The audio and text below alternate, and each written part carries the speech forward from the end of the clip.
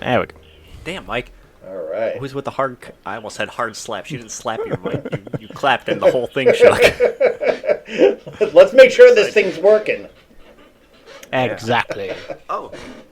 Mike and I actually... Was it Monday or Tuesday? Which day was it that we sat down and recorded another Let's Talk About? Monday, because we were supposed to do it Sunday, but I don't remember why.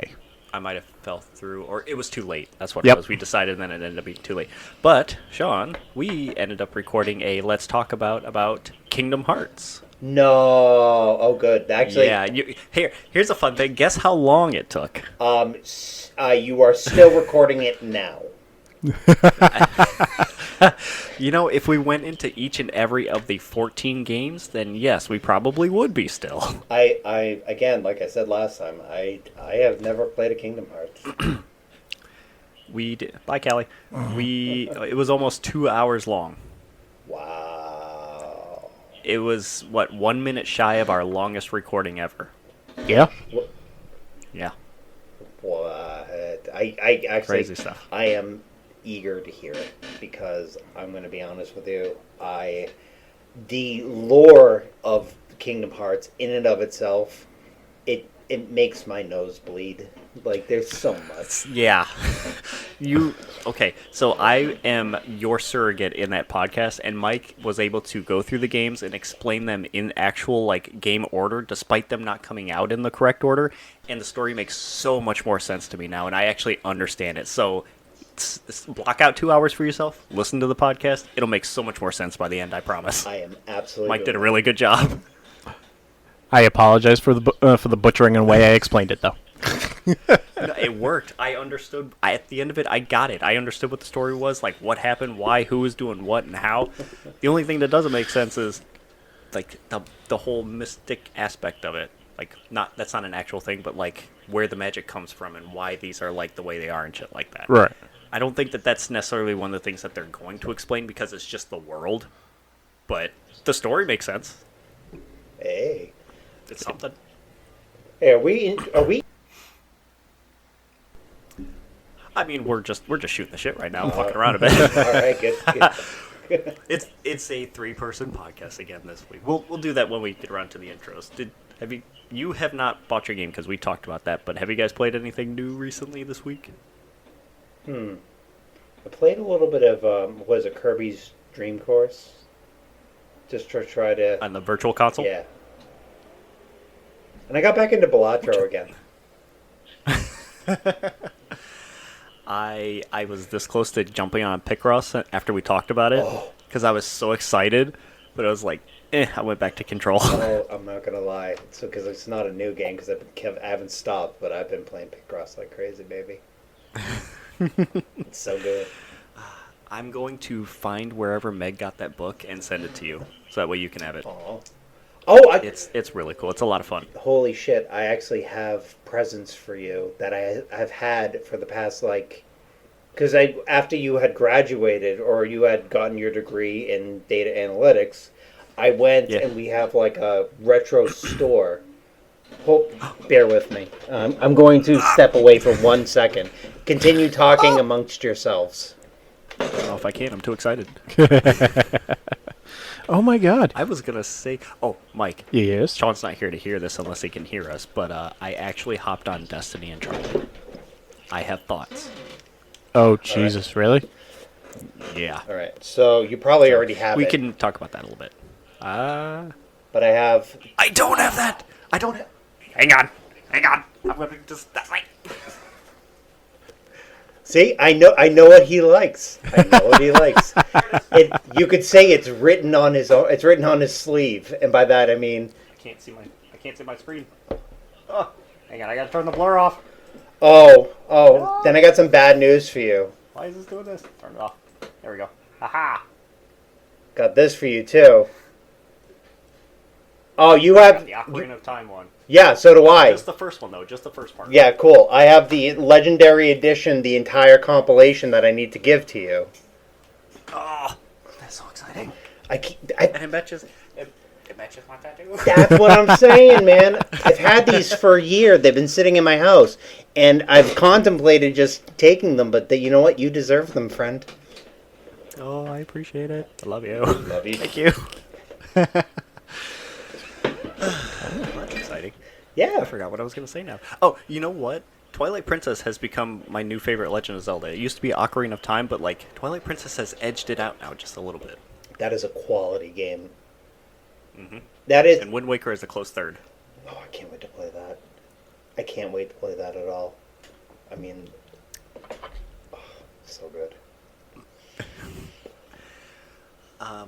I was telling Mike how after all the crap that we've talked about Bungie and everything, Yeah. I actually finally hopped on Destiny and tried the new stuff. So I have some thoughts that I plan to share at some point during the podcast. Oh, I actually added Destiny, the new thing, to my list of games, so I'm actually eager to try that at some point. Here's where I tell you, if you ever decide to play, let us know. We will hop on and play too. Yes. At least I will. I'm not going to answer for Mike, but yeah. It's fun. As long as the little ones are in bed and aren't going to bother me, yeah. All right. I think... Excuse me. Jesus Christ. Anyway. I think that we're... Mike, your camera just started screwing up again. Oh, God. Here we go. It's a good thing we're not doing video. Well, we'll talk about that later. Let's intro this potty so we can get started, because I think we're all excited to talk about stuff. Yes. Just before you were on, Sean, and I was like, let's talk about this. Wait, save it for the podcast. How about this? Nope, can't talk about that either. Yeah. All right. We are on Ramble Pack Podcast episode 64. I am a hot Adam. I'm Sexy Mac. What? And I am lukewarm Sean. Hey. You look like you're about to go work out. You can't see this unless we do have video, which if we do, I apologize. This is great audio content. Yeah. Look at this audio. Yeah, Can't you see? can't you see what's going on? My work had a charity walk, and they gave us like all sorts of swag, and they gave us these like cool headbands. The brand is on the back, but the front makes it look like I have a head injury. Yeah, that is what I said. I'm sorry. No, you are correct. It does. I look like I. That was the first thing I said when we got on too. I was like, sorry, but it looks like you got a head injury. For those of you at home who cannot see me, I look like in every period piece when somebody comes back from a war. That's what I look like. Oh, carrying you on the stretcher with the two wooden things. And I'm like, and the little cloth holding you up. tell my wife I love her.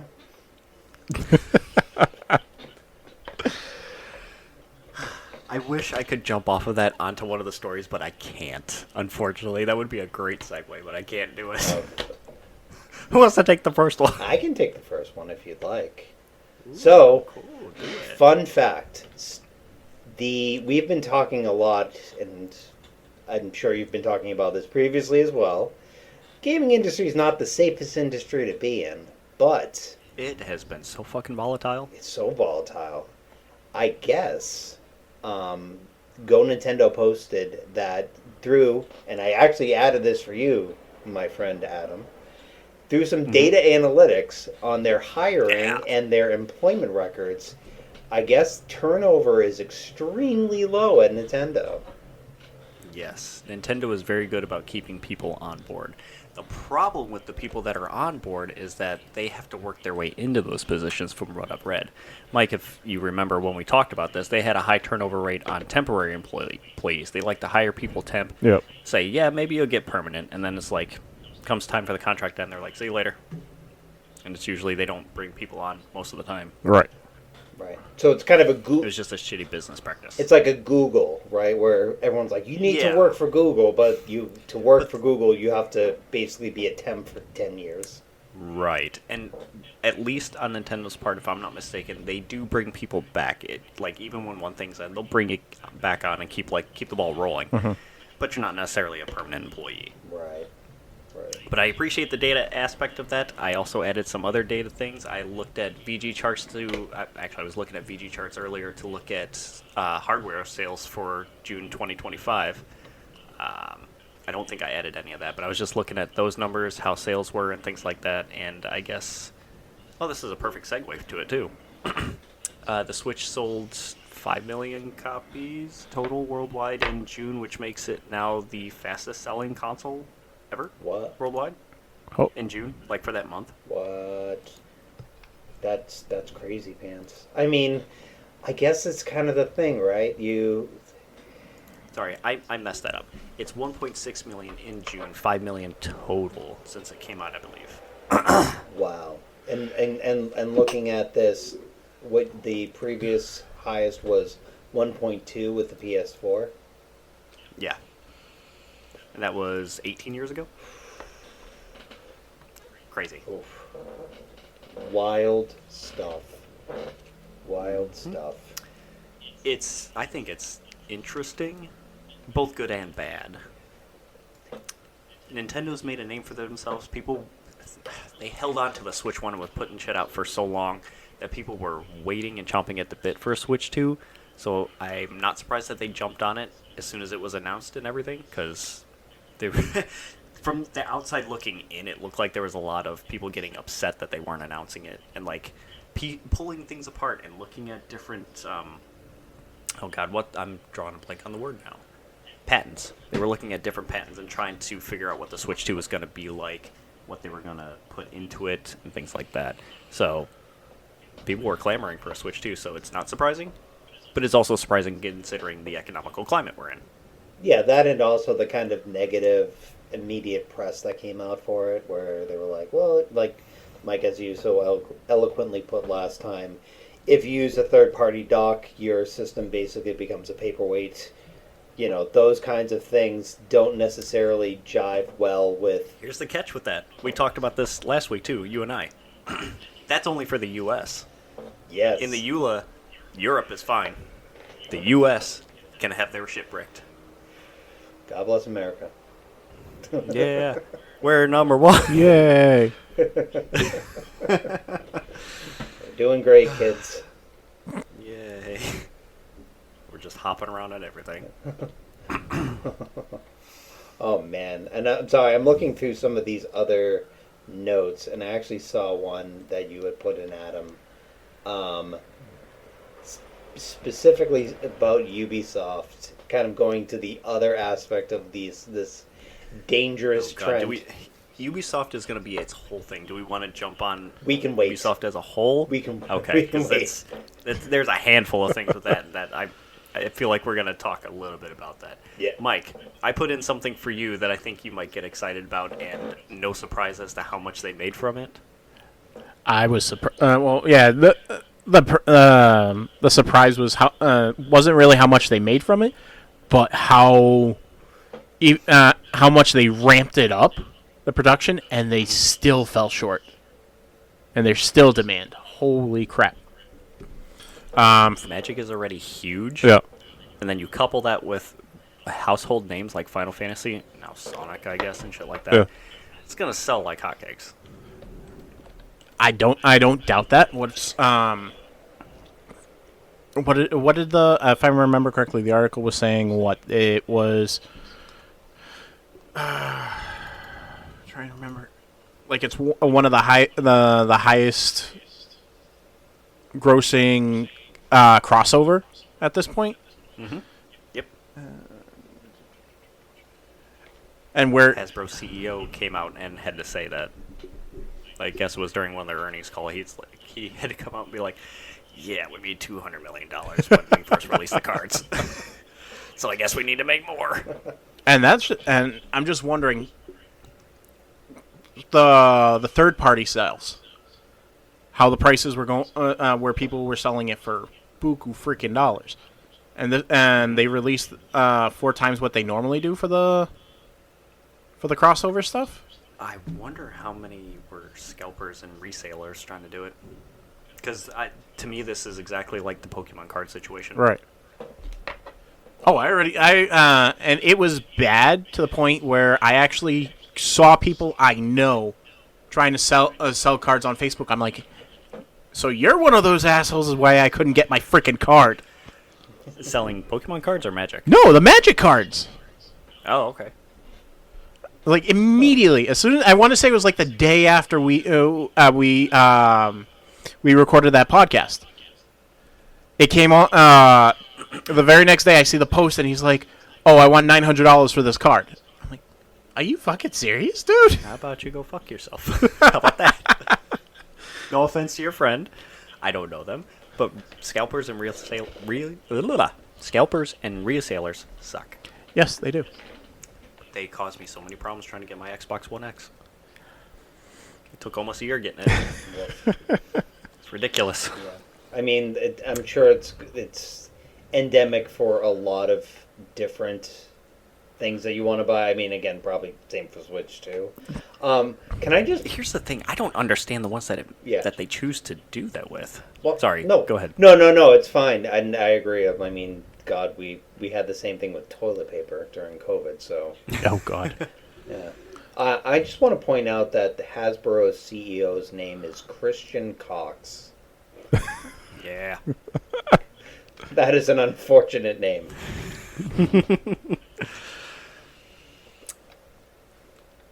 Let's just sit on that one for a bit. Wait, no. Poor choice of words. Whoa. Never mind. Let's move on to the next one. Wowzers! Forgive me, Father, for I have sinned.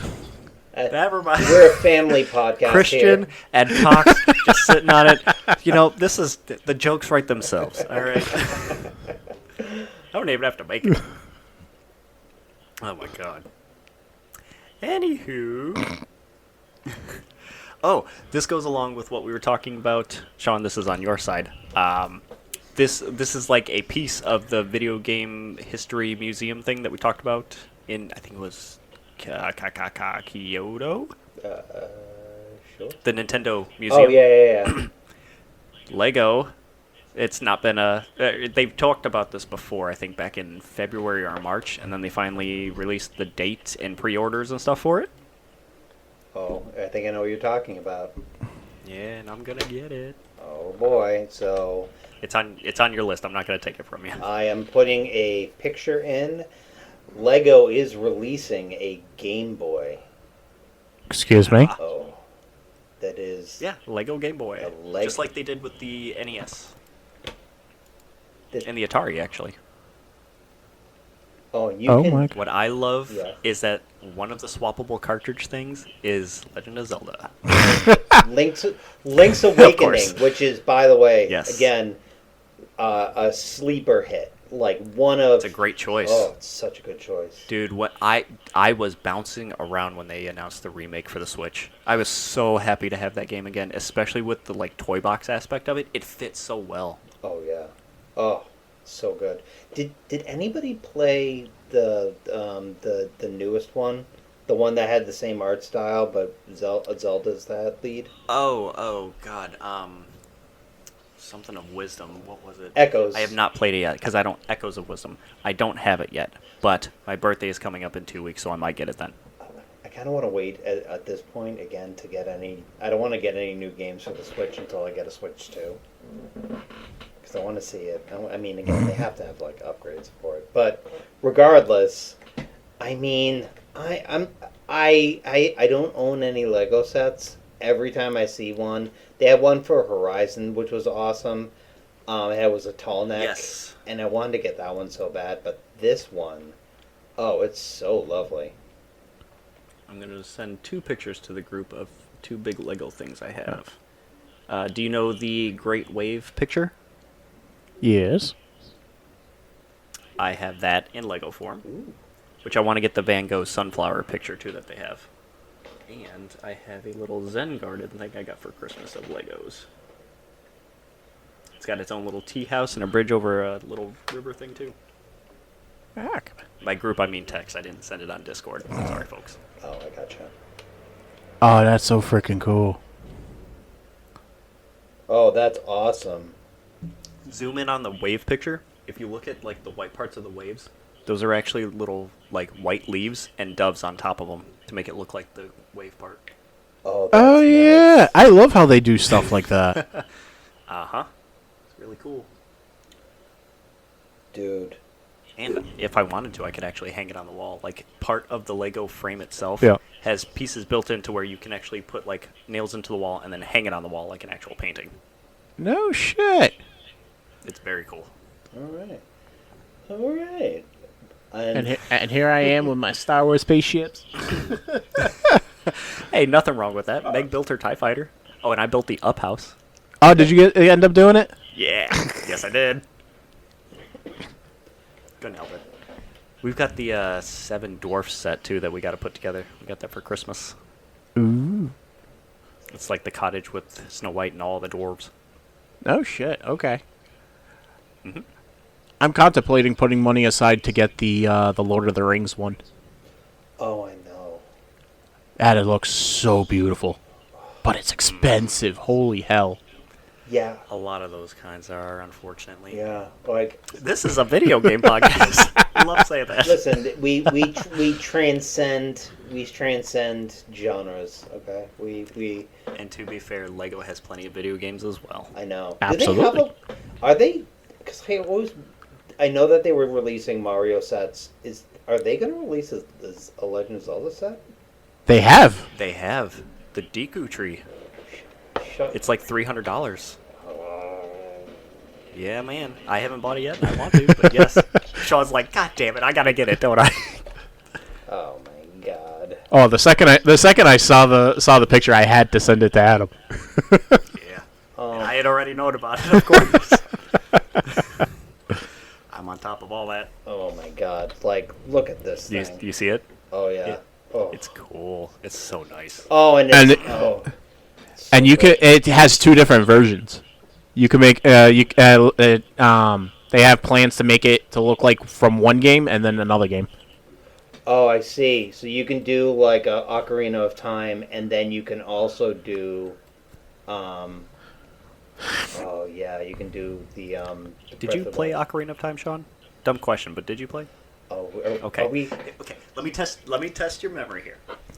Who or what is the boss in the Deku tree when you're young Link? The first boss you get to encounter. Oh my god! Is it the spider? No, Yes. it is. What is her name? I want to say Mulgara. You are so close. Starts with a G. Golgara? You're getting closer. Goma. Goma. Oh my. Hang on. Ready? Yeah. Goma's right up underneath my armpit here. Nice. Nice. See her? She's getting that smell, baby. Oh, and then on the back I got the moon, and I got Skull Kid. I got Skulltula back here. This is again, so you can actually see it now. Oh yeah, Mike doesn't know you have a Yeah, tattoo. this is the only one, and I actually need to find out who you go to, because whoever did that did an amazing job, and I need some work done. Callie actually got done. Mike's wife got work done by him as well, and Meg too. All right, I will take that on good authority. I have Good stuff. some stuff to get. I can give you his name and his place. Actually, Mike, if I'm not mistaken, their parlor's like still up the street from you, right? Or did they move? From my old job, yes, they're up They used to be up the street in one direction, and then they moved to a better part of the city. But it's still nearby. Help Better you ensure parking. though. Cool. It's not anywhere near me. It's an hour and a half drive south. All right, Yeah. all right. But see, I go early in the morning, and then I sit there for 6 to 8 hours to get tattooed, then drive back home. What can I say? I'm a glutton for punishment. You and me both, friend. You and me both. Listen, I still Adam. Once I'm able to figure out how I'm going to be able to do a tattoo again, I have to get that red 13 tattoo that I was talking about. You have to remind me. I'm drawing a blank. Remember how when we were originally planning on doing Friday the 13th tattoos before the whole lung situation with me? Yeah.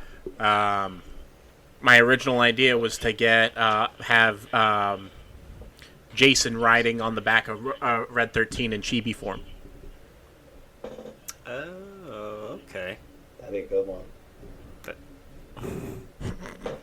I have one Friday the 13th tattoo that I went and got.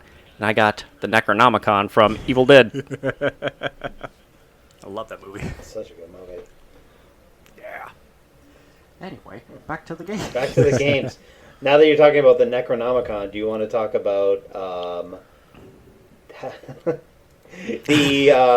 Come on, bring it. the Christian group who's trying to relieve us all of smut? Oh Jesus! So this, you heard about this, right, Mike? Uh-huh. Okay, so it started last week. Oh, this is the wrong time of the podcast to bring it up, but we're basically doing like weekly roundups for the news since we're putting it out a week later. But anyway, what we're talking about has started last week and has continued into this week, where Valve and Steam were more or less strong-armed into removing a lot, if not all, of adult video games because of pressure from the payment processing companies because of and I'm going to use quotes here because I don't know them fully, but it's because of a group called Collective Shout, which is a feminist, quote-unquote, a feminist group challenging the sexualization of girls in media, which part of that is because they're also backed by some pretty rich conservative Christian groups. While I understand their message and it's great, they're absolutely overreaching with what they're doing and trying to insert themselves in where it doesn't necessarily need, or they're seeing it from a different perspective and not getting the whole picture. And the worst part about this is now that they've convinced the the payment processing companies to actually come down on like Valve and Steam, and now itch.io has been hit by it too, or like it was coming down the pipeline, so they were like, we're not going to deal with that, we're just going to shadow ban the stuff for now while we figure it out. Besides that, since when can payment processing companies, i.e. Visa, MasterCard, shit like that, dictate what you decide to spend your money on? Yeah. There is the biggest problem is you have credit card companies who are saying, yes, you can buy this, or no, you can't buy that for XYZ reasons, when it's your money. Use it when you need it. Yeah, pretty much. So there has been a huge uproar against the group, which they actually made their subreddit and stuff private because of all the backlash from it. But, yeah, they were successful in strong-arming Valve to take down that while they're trying to figure out what to do, which now people are saying, time to introduce Steam Pay. Time for Valve to take over that too and just handle the payments and then do the back-end shit themselves, because then you don't have to worry about that anymore, and it's still keeping all their business in-house. Another thing, too, with that is it seems like people don't even want to touch on this, which I think, Sean, you mentioned the Gamergate bullshit before. This is akin to that, too, it feels like. It's stepping into a place where they don't have the full picture, or you're nitpicking specific things. Vice, who had some articles talking about Collective Shout, Steam's taking down of this stuff and like what's going on. The owner had the articles actually removed because, quote-unquote, concerns about the controversial subject matter. Seems a little fishy for them to just end up removing all that when they're just talking about the video games and what's happening. They're not talking about the movement, they're not talking about the subject matter, they're talking about what happened. Seems a little odd that these people would just take it down blaming this sort of situation. So, it's bullshit. I'm upset. Steam makes Steam Pay, so that way you don't have to worry about this anymore. Oh, totally. Man, it's. How do you guys feel? I mean, not great, man. Like, not that I'm out buying loads of porn games, but like, you hit on it. Yeah, I mean, to each their own. If that's how you want to spend your money and that's what your entertainment is, fine, so be it. To me, it's no different than people spending money on OnlyFans or buying porn or whatever else. It's your entertainment, it's your money. You do what you want with it, so long as you're not hurting anybody else.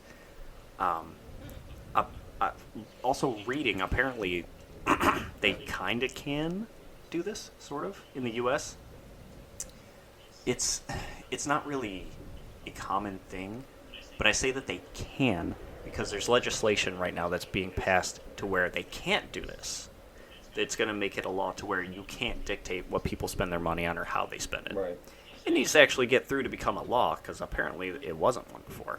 I'll find the link for you guys if you want to read that too. But yeah, please. I mean, it's a thing that should not be. Yeah, I guess my thing on this kind of conservative Politico, at this point, it's like if to me, We really try not to get political on the podcast either. But totally. when you have conservative groups that are doing this, right, you have to call it out as for what it is. right. It just seems like they're trying to have their cake and eat it too. It's the we don't want people overreaching and impinging on our freedoms, and then at the same time, it's like, hey, we don't care for this genre of something.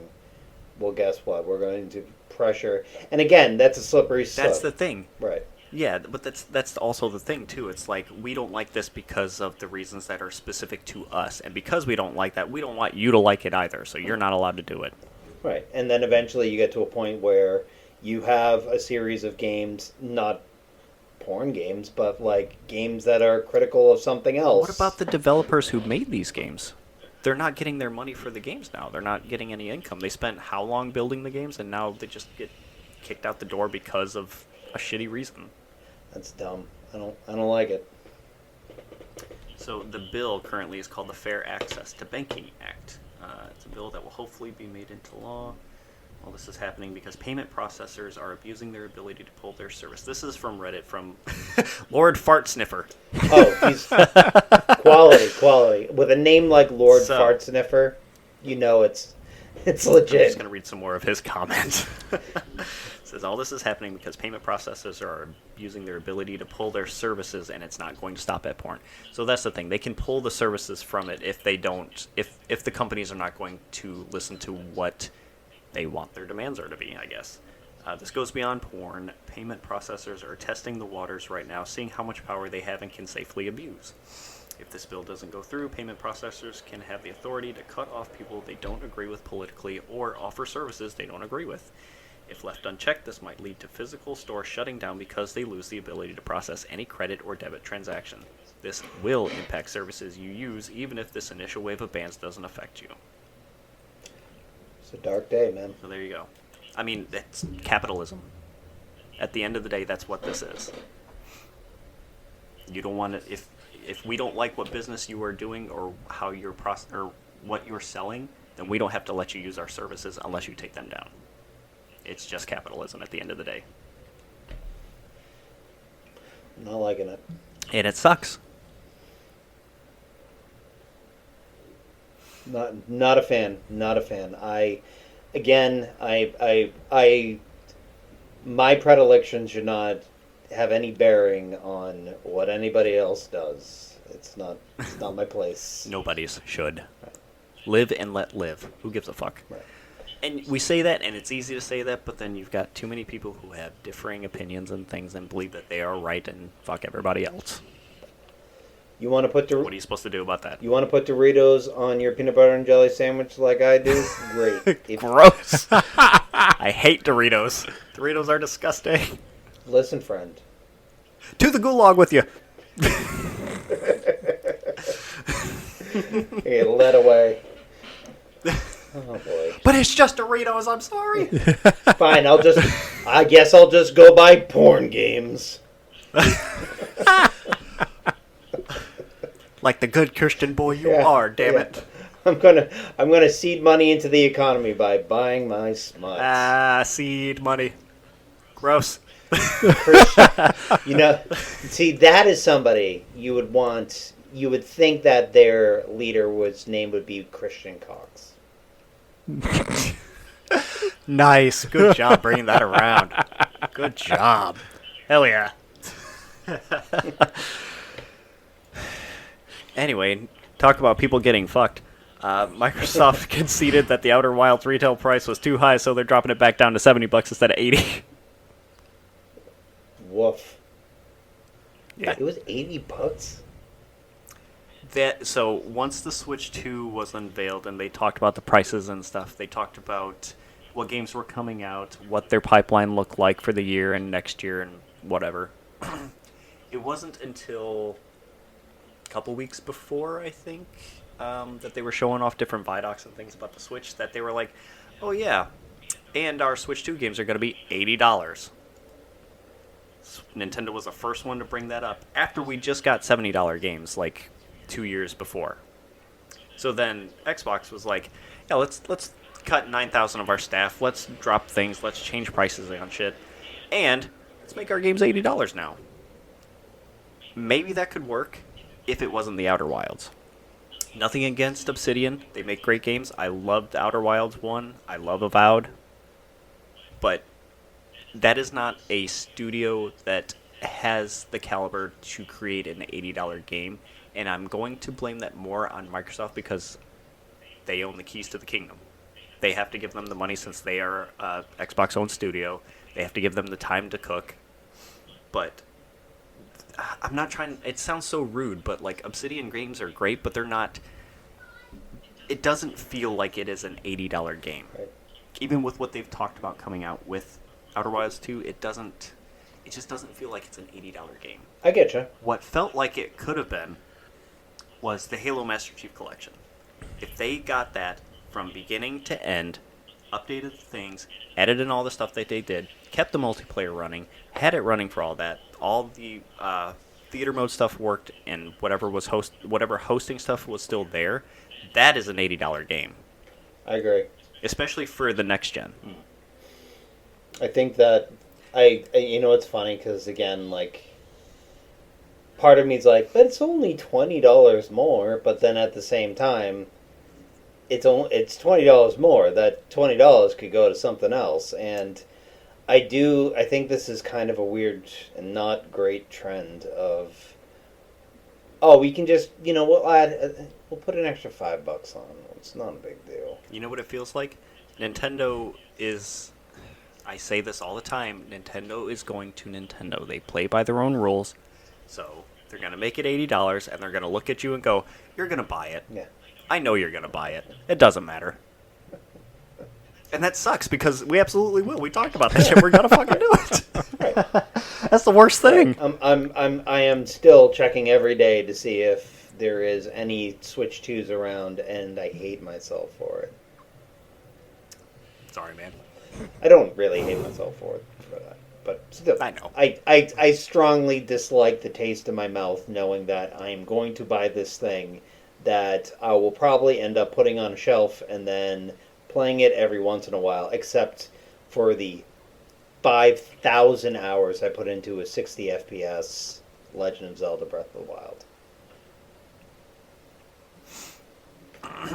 Ooh, I'm thinking about it now. Hi, Mike. How you doing? You've been quiet for a minute. Oh, wait. You didn't get to share how you felt about the whole group and stuff. What happened? Or what do you think? I think the piece is a shit.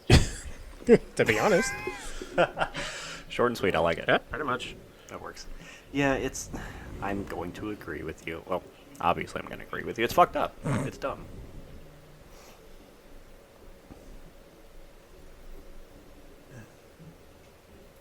Oh, Jesus Christ. What? Well, Meg is on baby duty, and the girls tend to like me and gravitate towards me and like to listen to me more. So they're not really listening to her right now, and apparently Lauren decided it was a great day to run in the bathroom and quote-unquote paint her nails while trying to go to the bathroom. So she's got nail polish on her forehead and all over her hands and stuff like that. Oh, Yeah. Oh, kids. Having kids is great. Do you need to go take care of it? Nope, she's got it. Cool. Man, If we hear a loud bang, we'll see him run. Yeah. If you hear screaming and then a boom or a crash, I'm going to disappear. If I had $1 for every time that I've painted my nails on the toilet and gotten nail polish on my face, I would have. Yeah? How many? I would have 50 cents. Okay. You want to tell us about it? No. Okay. That is between me. Fair That enough. is between me and my God, sir. You and Christian Cox. Oh. Oh, man. So, Nice. to give another sad tangent, how are we feeling about the rash of 80s and 90s idols from our childhood slowly passing away?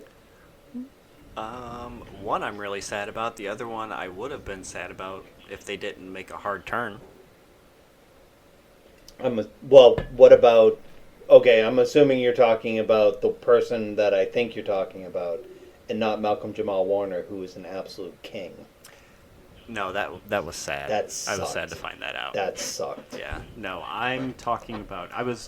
Well, here's my biasy coming in. I was upset about that because I grew up watching the Cosby Show and I liked the show, and like it gave you an idea of like maybe what you can expect as you get older and situations to do whatever. It was a great show. Unfortunately, Theo from that show passed away. Not long, I think it's same day too, right? That Ozzy Osborne passed away. Yep. I'm a giant metalhead. I love heavy metal. It sucks. It's sad. It was a really sad day. But like I'm part of a I'm part of a Facebook group. Mike, I think you're in it too now. Yep. Called the Metal Dad Collective. It's just a bunch of metalheads who are dads that get together and share love of music and what's going on and helping with advice for kids or like giving you advice on what to do during XYZ things and stuff like that. It's a really good group. We're all super helpful, but it was a sad day because obviously Ozzy's a big thing for all of us metalheads. Yeah. So that was sad. Yeah. And then Hulk Hogan died today, which is also sad, but not on the same caliber. Yeah. That's my biasy talking. No, I concur with that. There was a point where if that happened in 1987, the world would have shed a collective tear, and now I'm like, okay. I mean, it is sad. No one, I would never want to see anyone pass, but yeah, he took a turn, man. But what do we? I hear that somebody may have done a service and a little nod to Ozzy. Tell us about it, Mike. Oh, yes. Oh, it's my turn? Talk about death, Mike. Apparently. Death metal. Well, to honor Sid Osman, Double Fine has made Brutal Legend free for 666 minutes. Which I don't know how much longer there is for that. I should hop on. I didn't finish telling you where they did this at, but oh god, let me see if I can recall it from memory. They made it free for 666 minutes on. It's not Good Old Games, is it? It's not GOG. I think it's actually. Hold on. Oh, it's on itch.io. Oh, it's on itch.io. Yeah. Which now you can't buy because there's smut in it. No, there's no. Well, that's actually concerning. I don't think that there was any like boobies in it, but there is like, demons and death and shit like that. I mean, to be fair, like going back to this, and again, not to keep this on the entire podcast, but like, wouldn't this be prime? It would be the next step, right? Like, I mean, it's Yeah. not even just the fact that the thing for the game, but the fact that very deliberately they made it 666. Well, I mean, of course, it's supposed to be an homage, but people are going to see that and go, "Oh my God, they're Satan worshiping! We got to do something." But Tim Schafer, let me get his name right. The head of Double Fine is also a huge metalhead. Like Brutal Legend was one of his kind of little was one of his little passion projects. That's the word I was trying to think of. I actually had a little back and forth with him on Twitter because he was talking about one thing being better than another or whatever, and he was talking about certain like metal singers. So I was like, all right, do Iron Maiden. So then I forget which one he picked, but he said one over the other, and I was like, all right, cool, that works. He's a cool guy. He's fun to talk to. I want to get him on the podcast just because he's fucking hilarious. I would love to have a chat with him. Do it. Yeah, we'll make some calls. I mean, I'll hit him up and ask. Worst he can say is no. Yeah, pretty much. I'll be shitting my pants the entire time, but yeah, sure. Yeah. Everyone, we all have just googly eyes. We're like, wow. Hang on. I've done a handful of interviews. I don't think I'm going to be that bad. Oh, no. I'm just going to hear my voice be shaky. Yeah, I'm going to be. I'm going to be like, so, video games. How about it? What's that about? What's that like? How'd you do that? Oh, I'd love to actually hear the background of, like, his thoughts on how... I can give you that. So, I want everybody to go and check this out, too. Mike, I've talked to you about this. Yeah. Oh god, I don't remember if it's Double Fine's YouTube or if it was the production company that did it. but they had a documentary series of their time making Psychonauts 2. Ooh. They actually had a document series where they were working on something else, and then they have a 2-hour video called something else, but it was like, it was their little event where, to break up game dev, they break off into groups, and then over the course of like a couple days or a week, they get to throw together a little quick game idea and then pitch it to the studio to see if one of them's going to get picked up and they'll work on it next, or like maybe that'll be an offshoot that they get to work on in the background. But the documentary series is like 12 episodes long, each are like an hour and a half-ish, but it goes into the whole process of game development, and from getting the project leads to getting getting actual people on board, people leaving, people moving on, people moving up and down in the company, what goes on in between. You actually see the arguments for different things. It is super informative. It really paints a good picture as to what game development looks like and gives you a better sense of like all the shit that goes into it. I highly recommend anybody checking it out. I can't remember the name of the series right now, but I can look it up.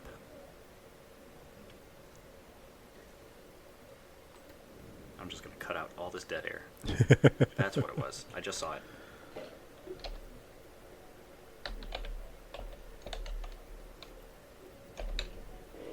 I don't think it was called Psych Odyssey, was it? The face. Da-da-da-da. You know what? Psych Odyssey. Yeah.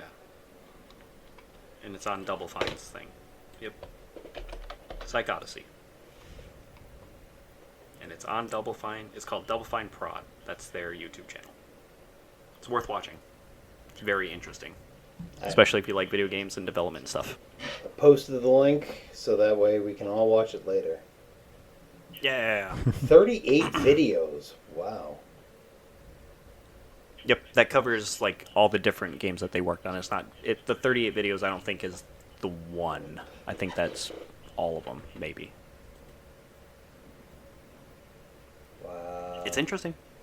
I mean, that's one thing I really do love seeing is like the intricacies of other industries. Like, we have a very different viewpoint of what video games are. We see the end point, and seeing Yes. the entirety of it, like the decisions that have to be made. I can't even imagine. Like, it's the same process as doing like a huge budget, movie, except at the end of the day, like, it's like putting out a movie that then you have to go to the theaters and give them updates to the movie so that way the movie can actually play. Mm-hmm. It's wild. That seems really cool. I'm definitely watching that later. Please do. I want to know your thoughts on it. It's very interesting to me. Mike, tell us about our favorite person who likes to eat their own feet, Randy Pitchford, because he likes to put his foot in his mouth. Oh god. What did he do this time?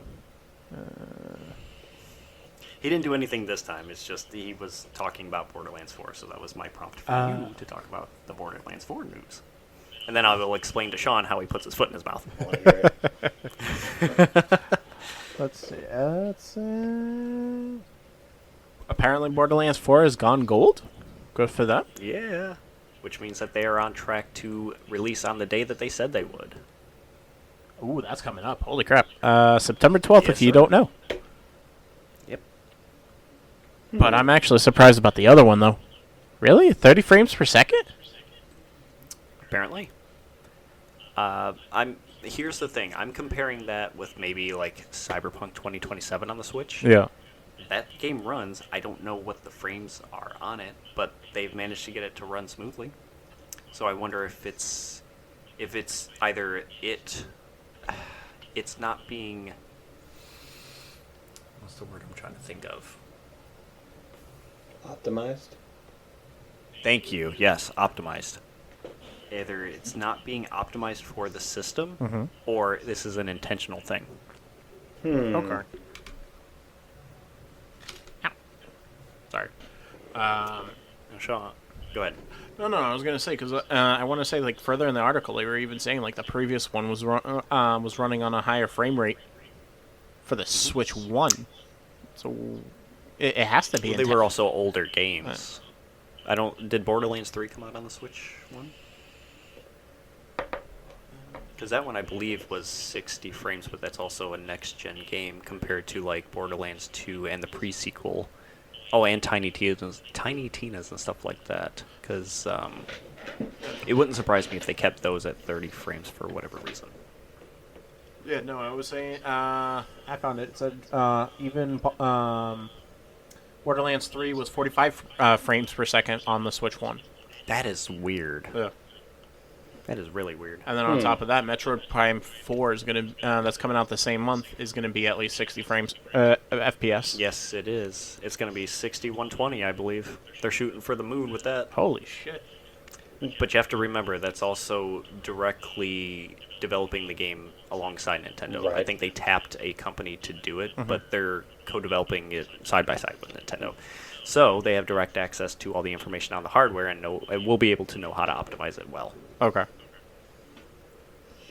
I think that's where I'm having a hard time. I'm understanding. Like I can understand like a basic idea how like processors and stuff like that work, but I don't know enough to really understand it well enough of why some games can handle the 60 frames per second whereas others can't. And when you look at them, you wouldn't expect them to. If you get what I mean. I think I do. A lot of it really depends on, I want to say, a lot of it depends on the game engine itself and how it manages things. Yeah. And then how those things interact with the system itself. I think one of the problems with Borderlands and a lot of games that are going to be coming out with the Switch 2 was that they didn't really get any dev kits early enough. Right. They were just told like, yeah, it's working or it's coming. We're making the system. Here are the specs and things like that. But I don't think they actually got a dev kit to play with to actually put the game on and optimize. Oh, okay. Bold move. Okay. And optimizing is just... Okay, I don't have enough information to give like a solid answer and explanation as to this. But from my understanding with the programming and stuff that I do, you can take blocks of code and break it down into single lines if you are really good with the programming. For instance, like I can, for my data analytics stuff, I can make a DAX script that has a couple different variables and then use those variables in the same equation to do specific math stuff and pull from different fields. I could also, instead of doing that, make multiple different formulas and then make another formula that uses all of those formulas together, but that's a lot of extra work. So I optimize it by just making variables in one formula and then recalling those variables in the same formula based on the columns that I'm using. Okay. Right. Still over my head, lot but of I'm it's getting a just- better idea. It's just a lot of like trying to figure out what works best and how to make it run a lot better. Yeah. Okay. It could also be like what programs they're using for animation, what file type the thing is, how big the files are, how much memory the things are allocated for this stuff too. There's a lot that goes in the game dev, which is why they need the different groups, which is why the costs are so big and why the teams have to be so big, and it's only gotten worse because things have gotten more complicated. Right. Does not excuse the long lead times on development for games, though. Right. Anyway, what were we talking about? Games. Oh, that's right. Randy Pitchford puts his foot in his mouth.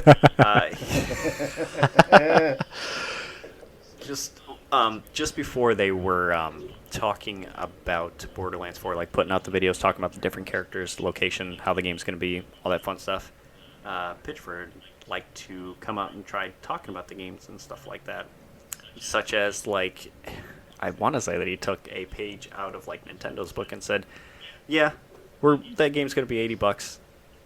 Not much we can do about it, but you're still going to buy it. If you're a big fan, you're going to like the game and buy it. Woof. Yeah. Yeah. We know you guys need your fix, so you're going to buy the game that we want. That is essentially what he said. Not word for word, but he did say, if you're a real fan of the game, you're gonna buy it. Man, I like. It's like, that's a shitty thing. And then he had to come out a week later and like retract that and said, what I actually meant was this, but he didn't fix it well, because he's like, yeah, I'm sorry I said that, but you're still gonna do it. Man, like. Dickhead. Yeah, and like, dude, you are making he is making an obscene amount of money. Like, oh, it's only, again, like, for me, is $80 like a real barrier to entry for a game? Not really, but I mean, at the same time, like, if It is and it isn't. You say barrier to entry. See, that's where Game Pass and stuff comes in really well, because if you've only got so much money to go around, you're not going to spend it on an $80 game. You're going to wait for it to hit Game Pass or something like that, Right. which you're only going to pay like $10 or $15 for. right.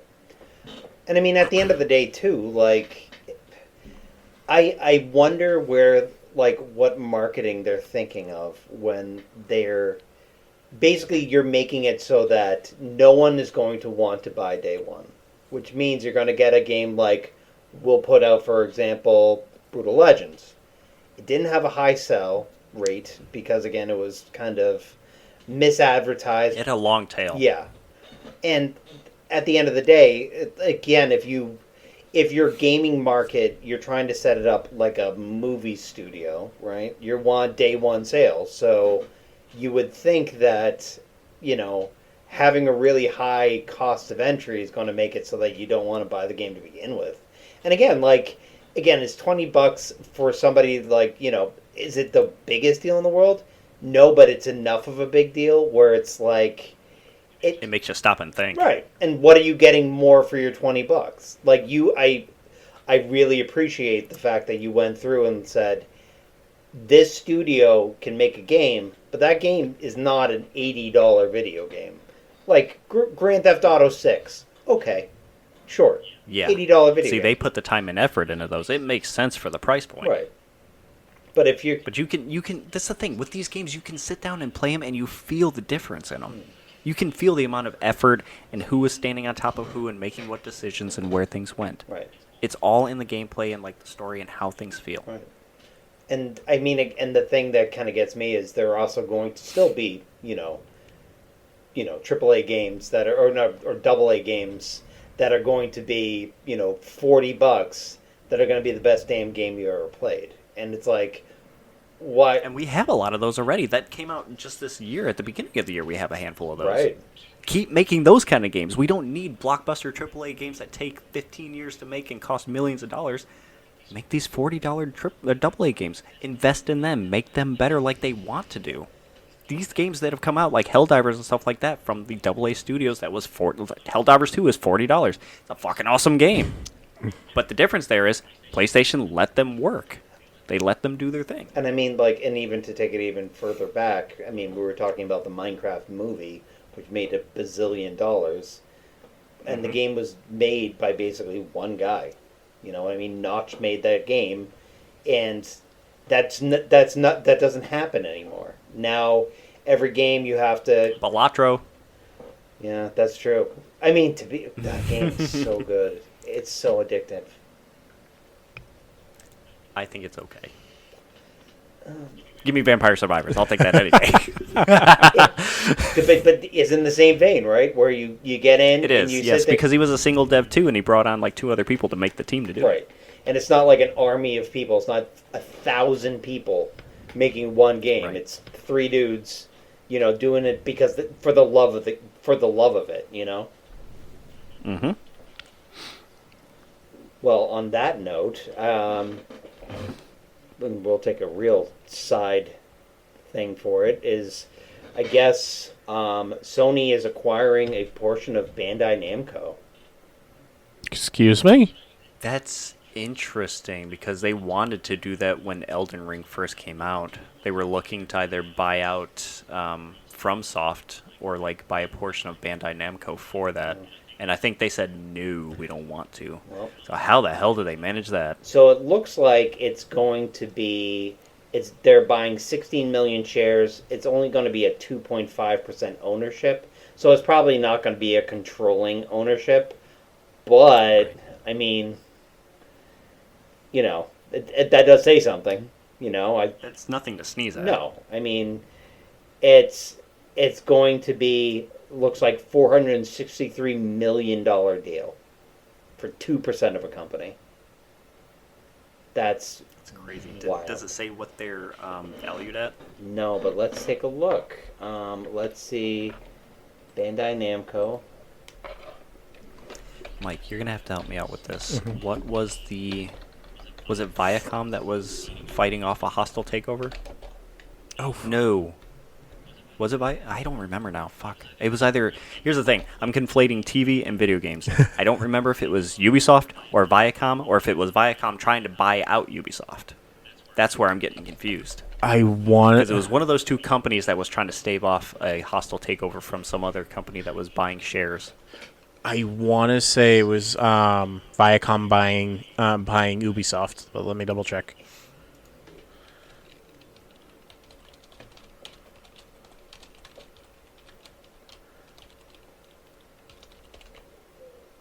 Okay, I'm not interested.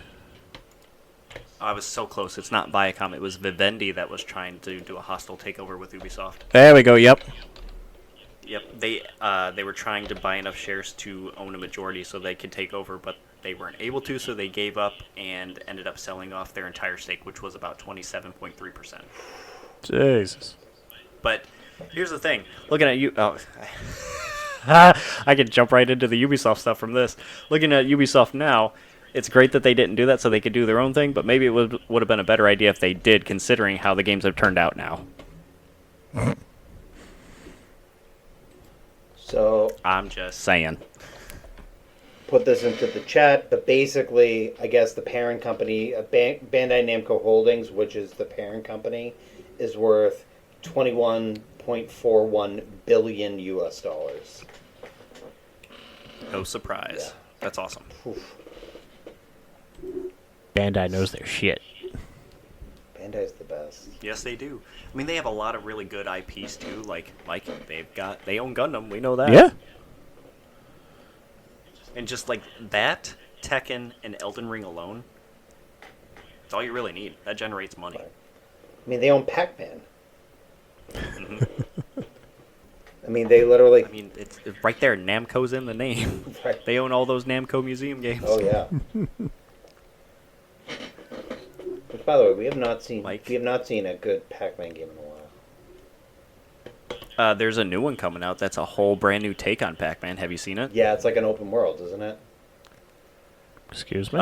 It's a side-scrolling hack and slash Oh. game with Pac-Man following you. Really? Yeah. Let me look up the name for it so you can take a look. I know it sounds really weird. I was like, oh, this game looks cool. And then they were like, it's a new take on Pac-Man. I'm like, what the fuck are you talking about?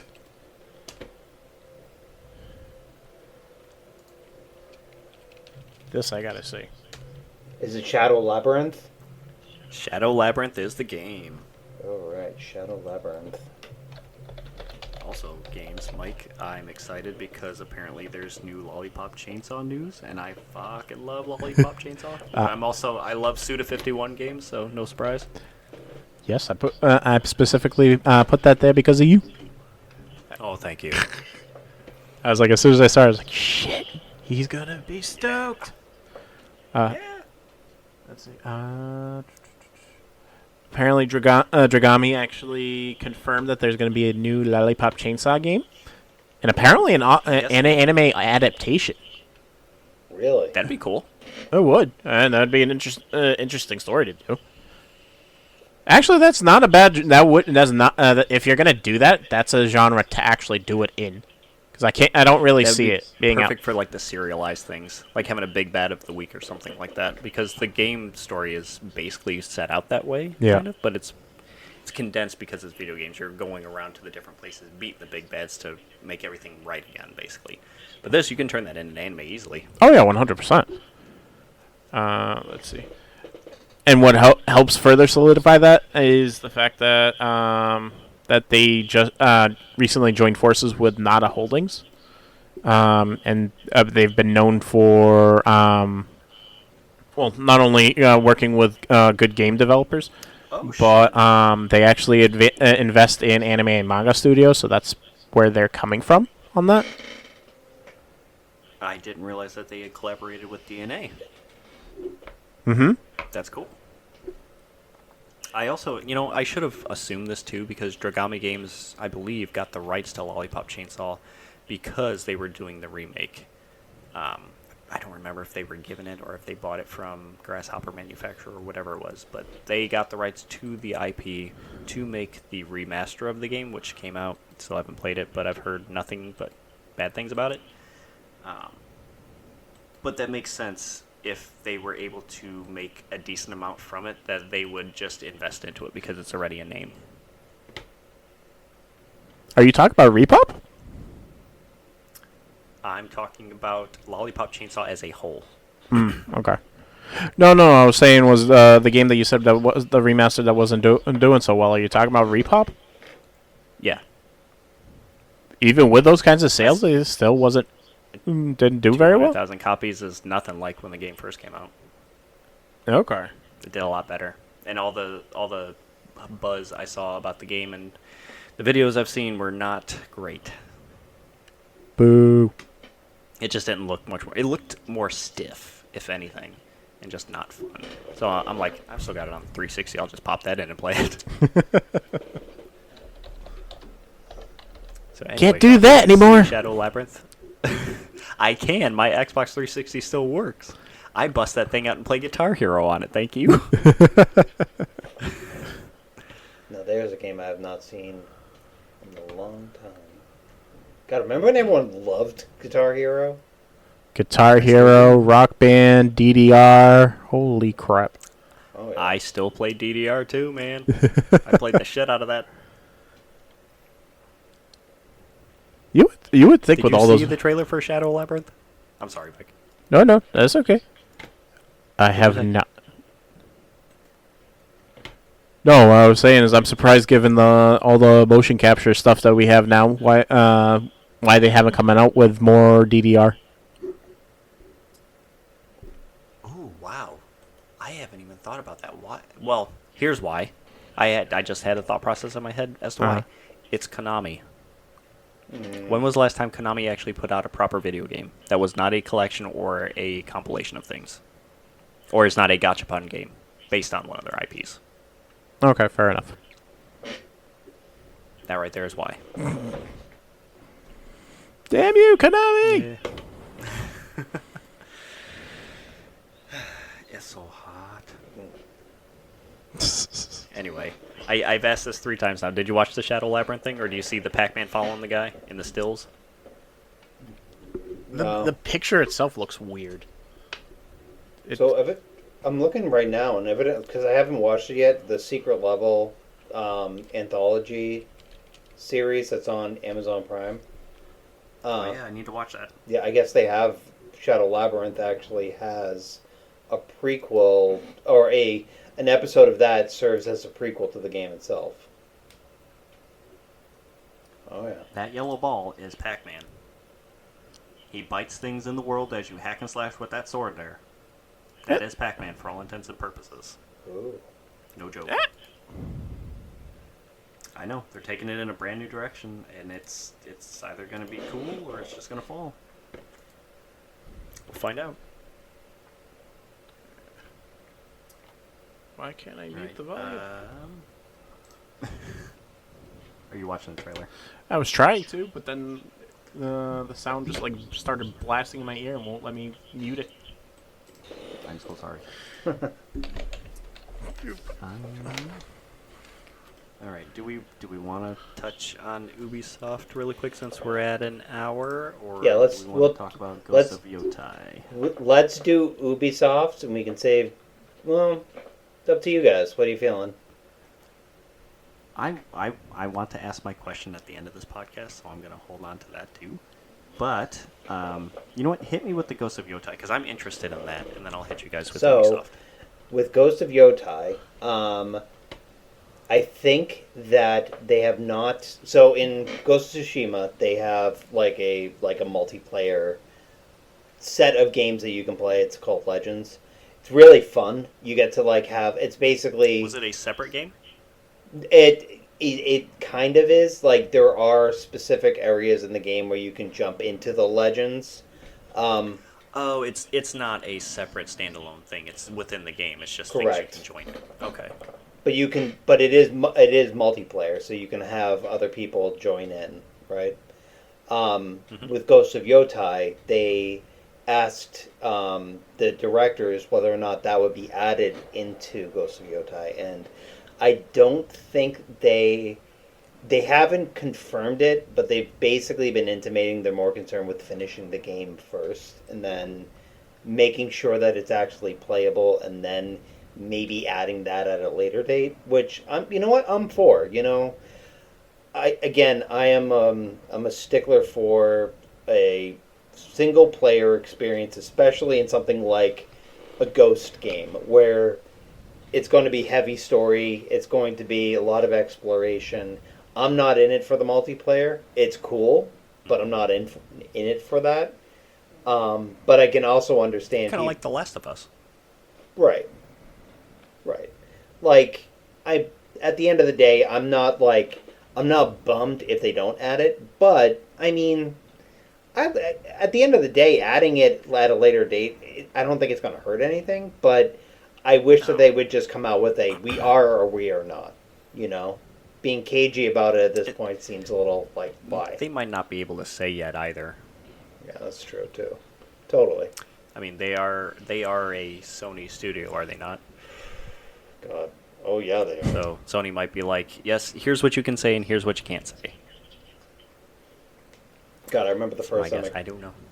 when I cracked open. I got Ghost of Tsushima like well after its release date, and Hmm. I got it and I started playing it on the PS4, and then I like kind of put it down because it was good, but then they released the PS5 update, and it was revelatory, having no load Yeah. times. Oh yeah, and full 60 frames per second. Um, it's beautiful. It's a beautiful game. Like honestly, I would recommend if you get the chance to play it, I would play it. And again, I don't know enough about Assassin's Creed Shadows to know because again, to me that looks kind of like the same game. Um, but Ghost of Tsushima was awesome. I really really enjoyed it. It's on my short list of games to try. If it's on the, I always forget what the names of those PS Plus. Is it PS Plus? Whatever the tiers are. Yeah, If it's on the one that I have, then I will download it and try it. do it. Mike, Yes, sir. I'm going to talk about Ubisoft. Mm-hmm. I want you to take the third set of Ubisoft stuff. It's at the top of my list. I'm going to cover the one that starts with Yves Guillemot and Guillemot spoke about, and then you can take the other one. Okay. Just because I know you're going to get upset, and we both already don't like this kind of stuff, but you get to get angry. Oh, Jesus. No, it's okay. It's just stuff that we've talked about, but it's just like they are out of touch, and what they say shows that. Anywho, um, Yves Guillemot has been the head of Ubisoft for ever. God, I can't even remember if he started out or if he's just been there ever since I remember. But I'm going to call into question his choices of things. And this is also going against my own biases because I believe it's thanks to him that we are actually getting Beyond Good and Evil 2. However, that game has been in development for the last 15 plus years. They need to know when to cut and leave things alone or just put it out if it's done. Especially with what they've showed about it and stuff, it looks great. Right. But it's a far cry from what the original Beyond Good and Evil was. Right. Yep. But Ubisoft, as we know, hasn't been doing great with sales numbers.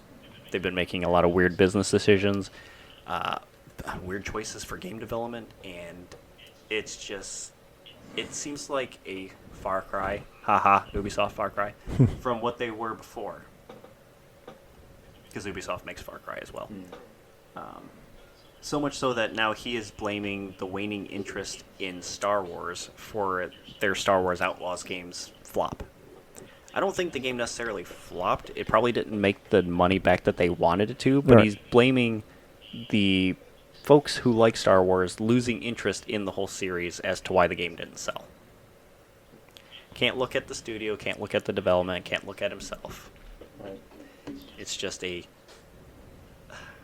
It is just an interest in the series, which is bullshit because just look at fucking Jedi. What was it? Oh God, why do I always forget this one? The one that's made by the Apex Legends guys. Jedi Survivor. Yes, I mean, those games are badass. I remember the hype coming out for Star Wars Outlaws, and everyone was so excited. And then I remember seeing gameplay of it, and people being like, "What even is this?" Like, I thought it looked cool. I thought it was really interesting. The fact that you're not doing the typical Jedi shit. You are an outlaw. You're not a bounty hunter, a smuggler. You're running around hiding in different the different gang hideouts, stealing stuff or doing things for people like that. It's totally different. right. But the problem was the implementation of it was not great, and like. The problem was that it was Ubisoft. Right. And that's kind of what happened. And people picked up the game and they were like, thought they were going to live out their best Han Solo fantasy, and then, they're shooting at people and nothing's happening. That I think, yeah. Another issue that I think also is, and I don't like generalizing things, but when you have these types of characters and this is the first thing you hear, how else are you supposed to respond? Right. What I'm saying is that when you have a strong female lead who is fleshed out and makes sense, and they knew what they were going for and had a clear vision, and they put it out, and the first thing you hear is, why am I playing a woman? Or why is this the main character? Right. That should not be the problem. Right. Right. People don't like change. I totally get that. I have that problem with work.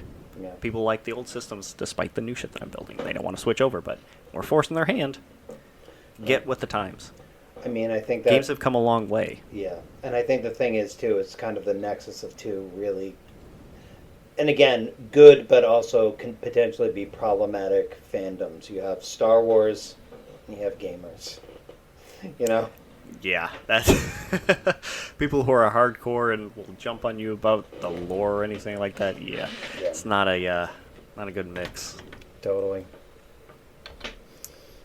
And then I guess, and also to just touch on that, stop killing games. Nothing is eternal. Yeah, I'm going to. People latched onto that comment, and I totally get it because it helps drive headlines. But there's more to that quote than just "nothing is eternal." He was commenting on the thing as a whole, and I believe that he was. I want to say that he was positive about it, but in the same breath, it's just like, yeah, you can't keep it going forever. It's not gonna work. Right. But I think he's missing the point too, because it's less about, hey, you need to keep these servers on for games that are not working anymore or you don't want to support anymore. It's less about keeping the lights on for those and allowing the people who have these games and want to play them to have the ability to actually get into them and play them. Right. Give them the tools to do so. That's all that they're looking for. You have people who can run servers, people who did run servers for a while offside without Activision Blizzard really knowing until they got in trouble for it.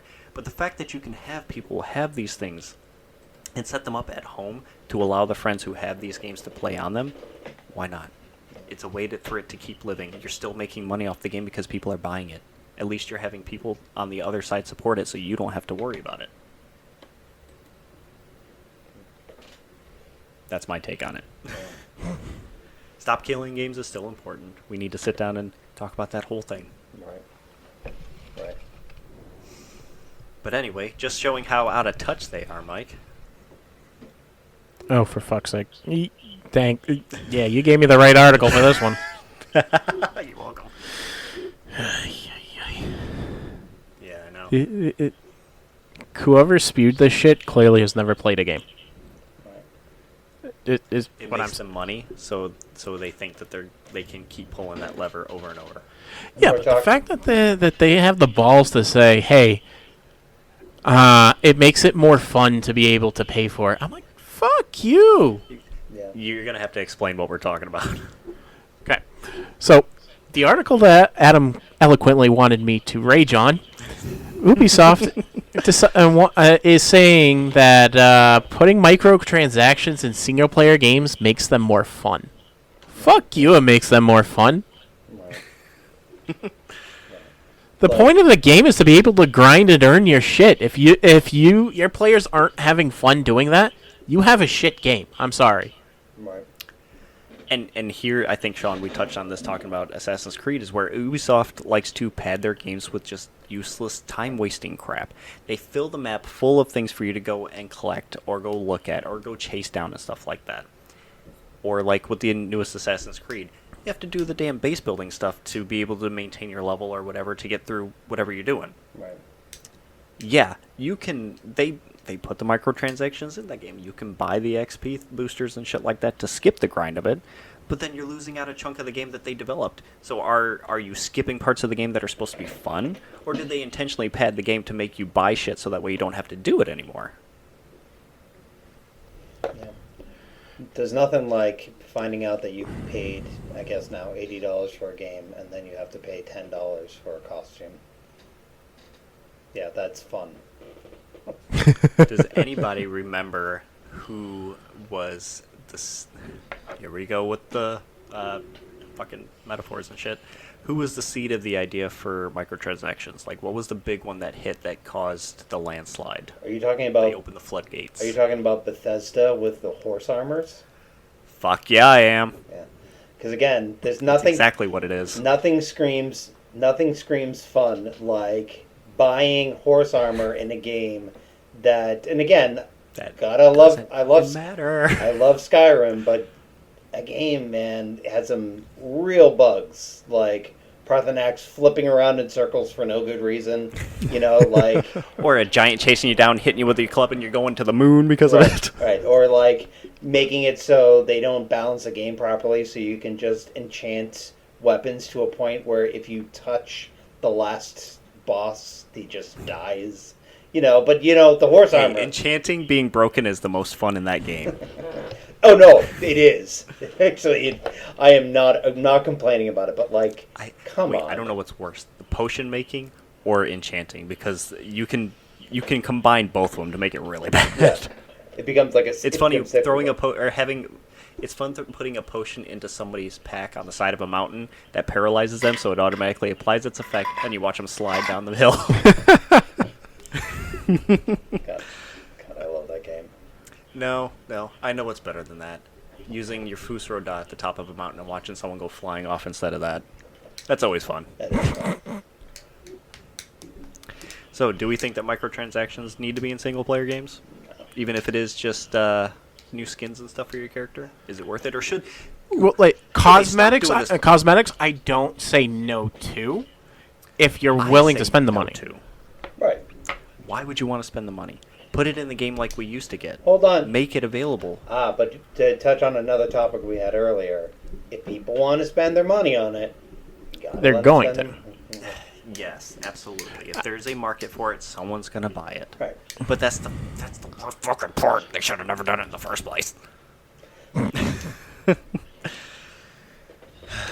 All right, we're almost at a hour and a half. All right, let me hit you guys with this, and then we'll hop off here. All right. What, if you can remember? I've already written mine down, so you guys know my answer. What was your favorite year in gaming? The audio cut out. What year? Yeah. Oh, what year in gaming was your favorite? Like, what year did games come out that you were just like, it was banger after game you wanted to buy? And it doesn't even have to be games that you had the system for. It's just you got excited for them because that year was great. For instance, my year is 2007 to 2008 because we got Halo 3, we got Assassin's Creed 1, we got Portal, we got Crysis, we got Bioshock, we got Skate. We got all these excellent games in that year. And I had just graduated high school, so I had nothing but time to play them. Oh my god. Sorry, I graduated high school in 2006. 2007 and 8, I just had free time. Right. I'm gonna toss out the year because again I'm old as shit. 1998, like because Okay. you have Metal Gear Solid, you have Baldur's Gate, you have The Legend of Zelda: The Ocarina of Time, you have Pokemon Yellow, you have StarCraft, Rogue Squadron, Tomb Raider Those 3. are all really good games too. Yeah. Hell yeah. Yeah. I would have to agree I'll take that. with that. Yeah, I'd have to agree with that period of time. Oh my. Really? Not PS2 era when Kingdom Hearts first hit? I thought about it, but you said multiple games. I said, what year is best for you for games? It's totally personal. To me, 2007 to 2008 was the best for me because it was all games that I really liked or was looking forward to or thought was Okay. awesome. Actually, I might have to rethink if we're going span wise, multiple years. It would have to be that same time period because Kingdom Hearts, Final Fantasy X, basically the boom of the PS2. Yeah, that's what I was just about to say. Because That's solid too, though. PS2 had a lot of really good games. oh hell yeah, because it solidified the fact that hey, this is the future of games. Because prior to that, it's cartridges. Dude, Well, I like how you said that too. That was absolutely how it was. Because PS1 was like, here's our games. Here's Sony's foray into it. It's like, yeah, these games are great. And then PS2 hit, and it's like, here's what we learned. I mean, dude, that year 2002 was Kingdom Hearts 1. God, you have Roller Coaster Tycoon 2. You have Super Mario Sunshine. You have Grand Theft Auto Vice City. You have Oh yeah. oh yeah, you have Tony Hawk's Pro Skater. You have Oh my god. Elder Scrolls Morrowind. Oh jeez. Oh my god. That was a great year. Oh, and they had They had all really good games. holy shit. And also Lord of the Rings: The Two Towers, a beat 'em up game that has never God, that game was awesome. There's never been a game like that game. so It was good. so fun and ridiculous. Apparently, Lord of the Rings Online is still kicking. Friggin' better be. That's fair. Oh, but yeah, holy crap! I didn't realize all these games came out in 2002.